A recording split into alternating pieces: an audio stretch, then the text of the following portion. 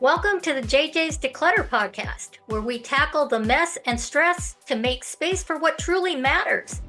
I'm Janis, here with Julie, and together we're sharing our best tips, tricks, and a little humor to help you declutter your home, mind, and life. Whether it's procrastination or piles of stuff, we're here to help you make real progress. Let's dive in. Hi, and welcome back to the JJ's Declutter podcast. We have a magazine moments episode for you today. We have pulled up an article that came from Backyard Garden Lover, and this article is by Bonnie Ferrero, and it's from this week, this actual week. So on we go. 12 easy fixes to declutter the yard and make it pop. So Janis, the first one is to gather and remove yard clutter. But how do you decide what's clutter and what's not? You look at if they're toys that are left on the lawn or empty pots stacked by the porch. Look for stray tools, forgotten projects, anything that makes it look messy probably doesn't belong there. And you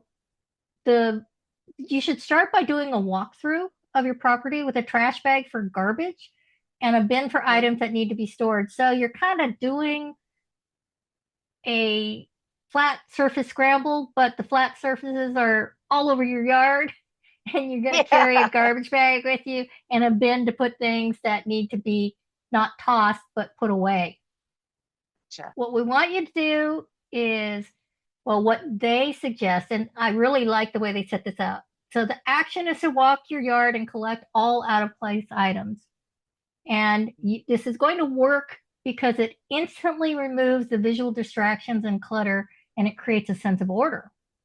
So now you need to designate permanent storage spots for common items like tools, hoses, and outdoor toys to prevent future clutter. So that's giving everything a home. And that actually makes a lot of sense. It does. It does. So the second thing that they suggest is to trim and define overgrown edges. And that's what I find in my own yard. A lot of times I'll let it go a little too long and things start to look messy rather than gardening. Unkempt. So yeah, they're talking about the crisp, clean lines and some, some things are supposed to creeping time, things like that. So some things are supposed to, and if you have someone that's helping you, a child or spouse or whatever, you want to show them the creepy things that you want to keep. Just saying, not that it hasn't happened to me 10,000 times in my married life, but it is something to keep an eye on. So the action, they suggest that you use an edger or trimmer to create the clean lines along walkways and driveways. And honestly, so many times that is just all you need to do, because it creates that sharp, defined border. And it just makes it look, it's like putting the period at the end of a sentence, or put on all your makeup and then lipstick at the end, that's kind of what this is. And they do suggest that you edge your lawn every few times that you mow it, just to keep those clean lines going. Number 3 is to pull weeds from visible flower beds. Weeds have a way of making a garden look neglected, especially in prominent areas like the front entry beds or along main pathways. These weeds are competing with your plants for nutrients and water. So that's another reason why you want to weed regularly. And pulling weeds by hand after a rain when the soil is soft is much easier and probably the most effective method. But make sure you get the entire root system to prevent it from growing back. So the action is to hand pull weeds from your front flower beds and other high traffic areas. This is immediately going to clean up your garden beds and let your desired plants shine, and it makes your garden look like it's being cared for. And the next step is to apply 2 to 3 layers of fresh mulch to help suppress future weed growth and retain soil moisture. We have a lot of people in our area that they put down cardboard. So they put down cardboard on the top of the ground, and then they cover that with the mulch, and that really helps for the entire season. That makes sense. Yeah. So number 4 is to prune dead or unruly branches, because overgrown shrubs and dead branches on trees can make your yard feel chaotic and unkempt. So that quick pruning session also reshapes your plants, and it removes unsightly dead wood, and that improves both the look and health of your garden. So grab a pair of pruning shears or loppers and walk around your yard and look for any branches that are dead, broken, or crossing over others. The action is trim away dead, broken, or overgrown branches from shrubs and small trees. It works because it restores plant shapes, removes eyesores, and promotes plant health. And, maybe the next step is to research the best time of year to prune your specific plants to avoid damaging them or sacrificing blooms. So moving on to step 5, or the 5th item, is to sweep your porches and walkways. And that is really important because there's so much walking back and forth and back and forth. And so dirt, fallen leaves, grass clippings and cobwebs and all that stuff really does gather. And it makes things look dirty and uninviting and unkempt, like you said, Janis. One of the things that we like to do besides sweeping is we take boiling water we have a cobblestone pathway or walkway out front, and so weeds grow up in that a lot in between all the bricks, and so we just use boiling water and pour boiling water on them I don't know, we probably do it every couple of weeks during the summer. And it's not a whole lot of them because we pay attention quite often, but boy, it's fast and easy. And all it is water. You don't have to worry about adding some chemical or something. So the quick guide here is to sweep all your hard surfaces to remove the leaves and dirt and debris. And it just instantly freshens up the entryway or your outdoor living spaces. And the next steps is make sweeping a weekly habit, especially during seasons when the trees are dropping leaves or pollen. And right now in our neck of the woods, we have everything looks golden. Pollen is everywhere. Moving on. You want to properly store your garden hose. And that is something, because there's so many different kinds of garden hoses now, but it's really good to have like a hanger or, the wheel thing where you can roll it up to keep your hoses together and untangled, which helps them last longer, because if you have them untangled, they're not going to kink and get weak and split in some of those areas.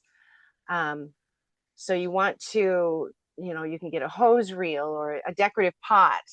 And we just have a wall hook and it spins. And so we can just wind it up. So you want to neatly coil and store your garden hose after every use. And it just removes a common source of clutter, visual clutter, and it prevents tripping hazards. And I can attain to that because I've tripped in my own yard before and I wasn't paying attention to where I put the hose myself. But you want to consider installing a retractable hose reel for the ultimate inconvenience. I mean, if you've got some extra money, why not get one that you can push a button and it just pulls it up for you? We're talking about things that'll make your backyard look better and pop. So, number 7 is patch and seed bare spots in the lawn. So, bare or thinning patches in your lawn can disrupt the uniform look of grass and make it appear unhealthy. So, if you want to have that lush green lawn down the road, first rake to remove any dead grass or debris from the bare spot and loosen the topsoil. Sprinkle a generous amount of grass seed appropriate to your climate and sun exposure, and then cover the seed with a thin layer of compost or topsoil to protect it and keep it moist. Water the area gently and keep it damp until the new grass is established. So the action is rake, seed, and top dress any bare patches in your lawn. It works because the process of filling in sparse areas will result in a fuller, healthier looking lawn, and water the newly seeded areas daily until the grass is a few inches tall. So number 8 is clean up around the bases of trees. The grass and weeds growing right up to the trunk of a tree can look messy and compete with the tree for water and nutrients. So create a clean ring around the base of your trees because that provides a neat landscaped look and it's better for the tree's health. You want to, I don't know, would you plant a tree in the middle of your lawn? We never did. I don't know. Depends. It It says, depends. Some people put little things like that to create garden areas and break well, up. yeah, it could create shade and things like that. So it says use a shovel or garden tool to carefully remove the sod in a circle around the tree trunk to create a clean edge. And the diameter of 2 to 3 feet is a good starting point for smaller trees. Then apply a layer of mulch, but be sure to keep it a few inches away from the trunk itself to prevent rot and pest issues. So your action is remove grass and weeds from around the base of the trees.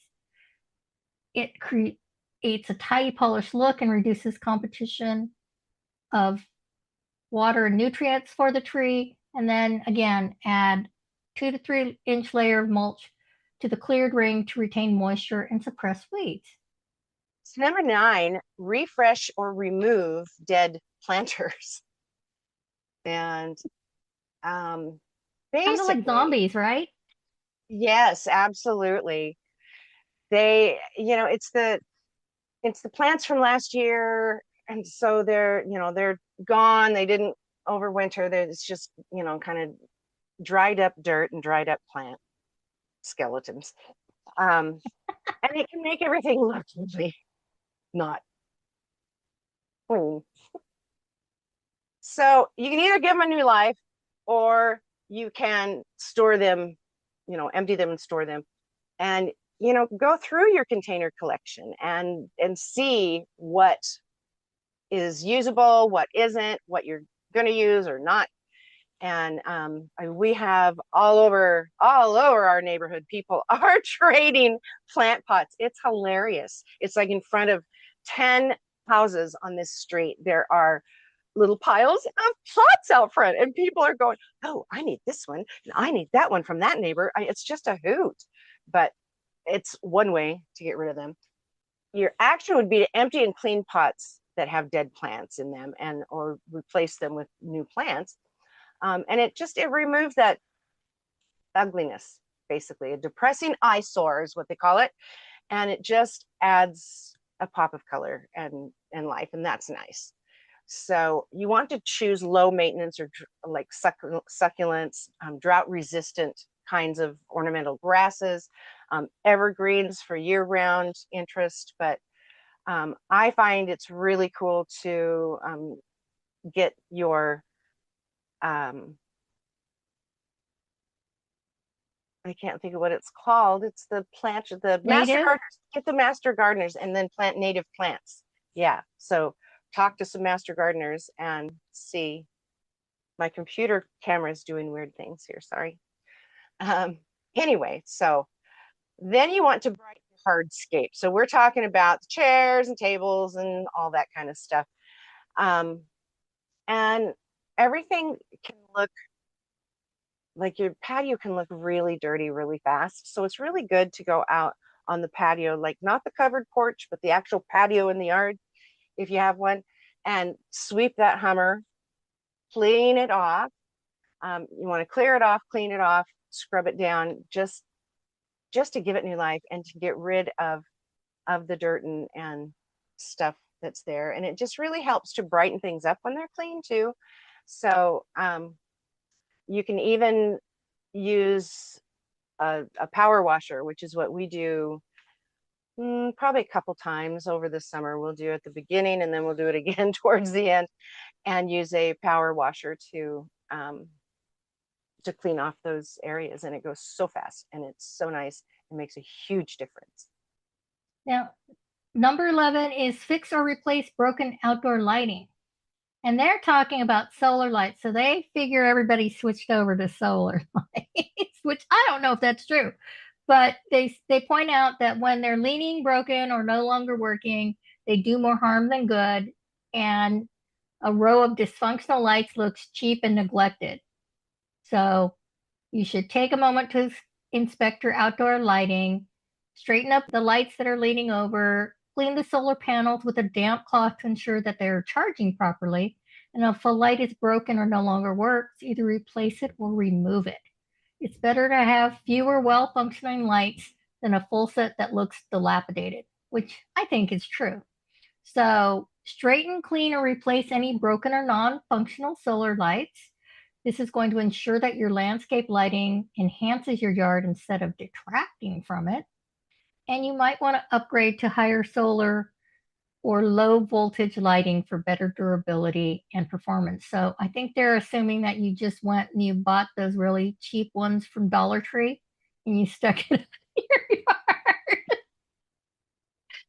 That's what we tend to do. We'll get those from the Dollar Tree, and it's like we've got some right now that are they're on their second year.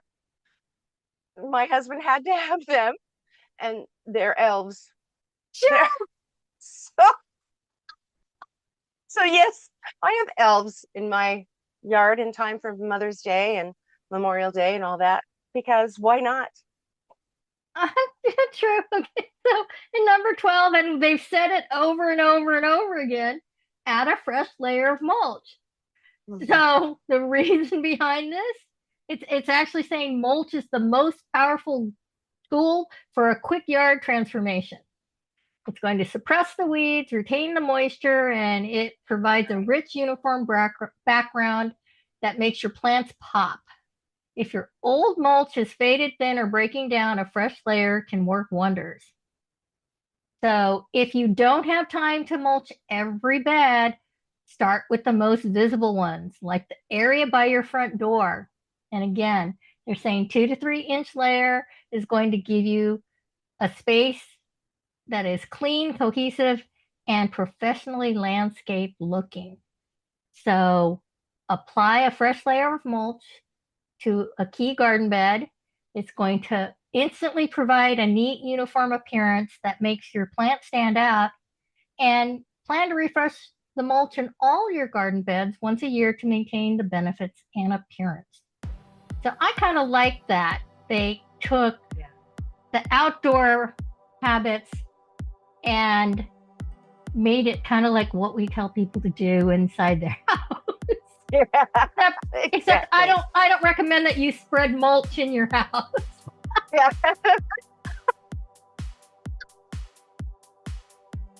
The pets do that. Running in. Oh, they can. So that was by Bonnie Ferrero, and we really appreciate that. And with that being said, we will talk to you next time. Until then, keep it simple. Keep it intentional. And as always, keep decluttering. Decluttering. We did pretty good on that one. Thanks for joining us on the JJ's Declutter podcast. If you're ready to keep simplifying, follow us for more tips and join our Facebook community to share your wins and challenges. Subscribe here because it's always more fun to declutter with friends. And thanks in advance for leaving us a review.